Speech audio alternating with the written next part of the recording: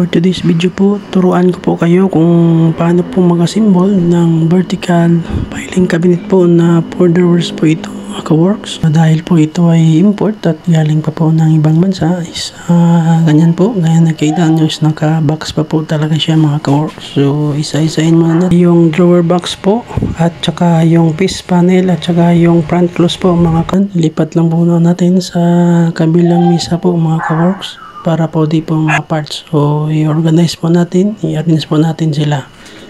So ganyan lang po. Pag in-open nyo na siya, yan po ang makikita nyo. Balot po siya ng styro sheet mga ka-works.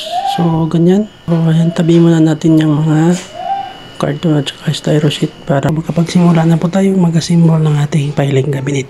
So simulan na po natin i-assemble ang ating filing cabinet mga ka-works. So idikit nyo lang po yung backbone at saka yan naman po sa left. Yan po yung right side wall natin. Sa dahilan po na nakabaliktad po ang ating filing cabinet kasi po may kukonect pa tayo dyan. Mayroon po tayong ikabit na lower frame or yung base frame niya po mga ka-works. Kaya nakikita ninyo, kailangan lang po natin i-screw yan mga ka-works. Kung wala kayong screwdriver, pwede naman po gan. Yan.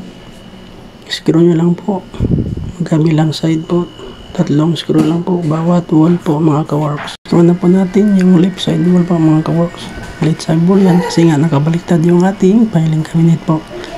Katapos nyo po ma-screw yung ating left side wall po, yan na po.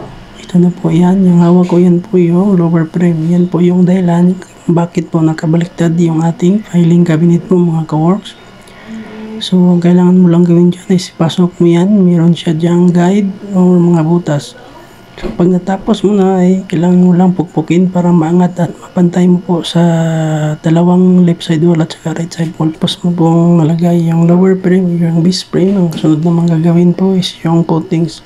Bali apat po yung coatings natin mga ka-works. Yan po ay plastic po na black. Yan kasi nga magkabila yan po yung itsura niya. Magkabila ang kanto po yan ilagay mga ka-works. Yung coatings na yan. Gamit po ang gun or kung wala kayong gun, meron namang Phillips screw or screwdriver. Pwede nyo po yung gamitan. Kung wala po kayong gun mga ka-works, pwede na po yung mano-mano po. Tapos na po natin i-screw yung mga footings. Baliktarin na po natin yung ating filing cabinet po mga ka-works. Yan. So yan na po. Ang sunod po natin gawin is ilagay po natin yung top po or yung top plate po ng ating filing cabinet mga ka-works. So sa paglagay po is ganyan lamang po kadali. Yun na mo lang ipasok yung sa unahan at kasunod sa likod. Bali yan mga ka-works, may apat na screw po yan na ilapat mong i-screw sa ilalim. So yan, kuha kayo ng gun o kung wala Phillips screw at i-screw nyo po sa ilalim. Meron dyang apat na butas sa ilalim mga ka-works na para sa screw lang po talaga. So screw natin, yan, kuha tayo ng screw po. So pagkatapos mga screw, isunod natin gagawin is yung brace po or yung rod. Bali tatlo po yan.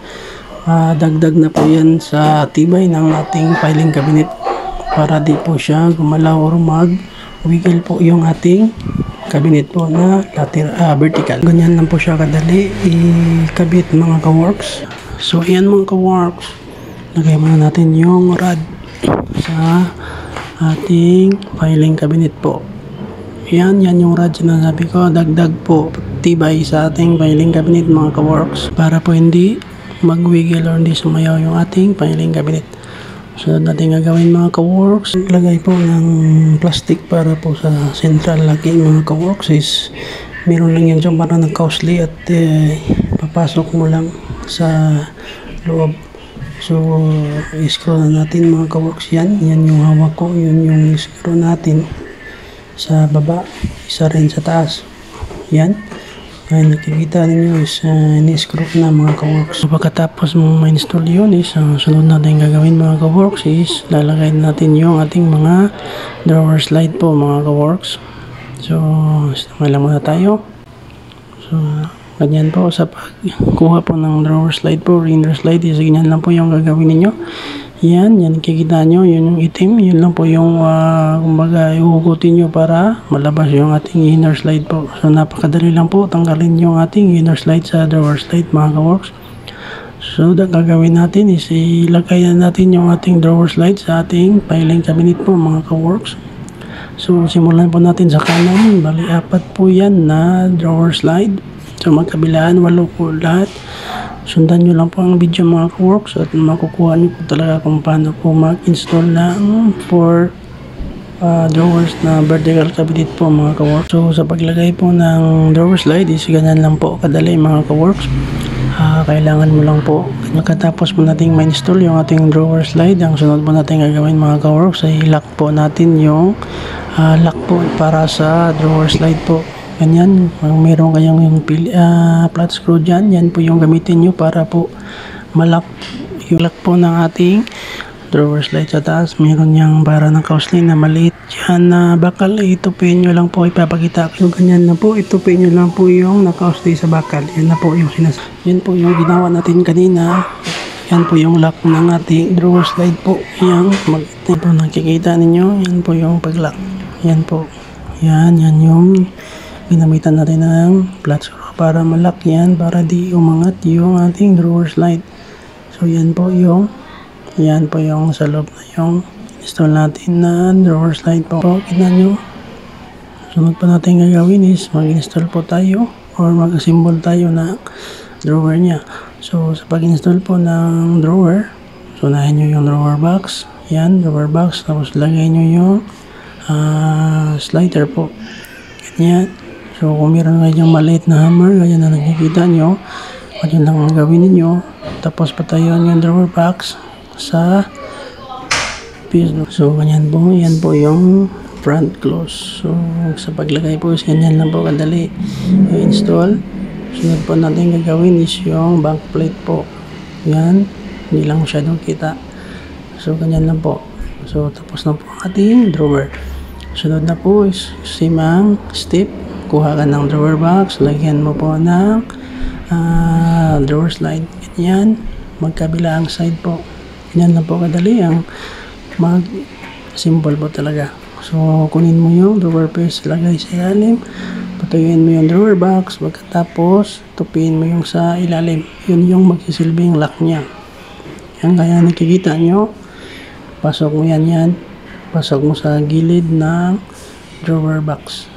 So yan, pagkatapos mo, yan ang sunod mo gawin, yan yung front close. Yan, pagkatapos silagay mo yung back plate. Yan po ang paglagay sa back plate, ang pag-install ng back plate. So tapos na po ang ating drawer. So same procedure, same step. Sunod mo, kuha ka ng drawer box, lagyan mo ng slider, lahat po ng mga cabinet, ganyan na po talaga ang procedure ang paglagay. So patayuin sa drawer, sa office drawer, tapos ipasok sa gilid yung, tapos lock mo yan gamit yung front close at saka yung back plate. So sa pag-lock yan, meron diyang clip kusang maglalak yan siya mga ka-works. Yan na po kadali yan. So po natin gagawin is pasok po natin yung unang drawer. Tignan po ninyo mga ka-works kung gaano po ka-swabe. Sa paglagay po ng drawer mga ka-works, ang titignan nyo lang talaga is yung bulitas po is yung ball bearing.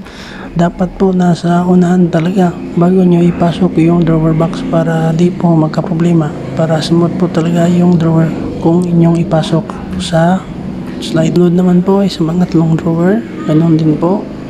Yan, hawakan mo lang sa isang kabilang side. Kita nyo po gaano ka-smooth po ang ating drawer. Kagandahan po nito ay fully extended po siya. Kung hilahin mo siya is hindi ka na mahirapan kunin yung files kasi fully extended. Yan po, labas po lahat yung drawer.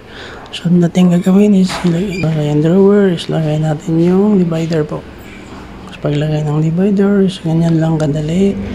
Lagay mo lang siya sa center ng drawer box or sa drawer. Yan. Bali pang folder lang po ito, hindi po siya pwede pang hanging. So sa unang ganyan lang po kadali mga ka-works ang paglagay ng ating divider po sa ating drawer po mga ka-works po. Ito na po ang finished product mga ka-works. Napaka-smooth po niya at fully extended po talaga. One at a time lang yan. Kailangan mong isira yung isa bago maka-open ng isa kasi nga central locking. Tignan nyo naman, napaka-smooth po ng ating drawer na vertical po. Yan po. Maganda po yan mga ka-works. Salamat po mga ka-works. Subscribe na rin kayo at marami tayong mga video yan na pwede nyong panoorin mga ka-works. Pwede kayong matuto. Salamat po mga ka-works.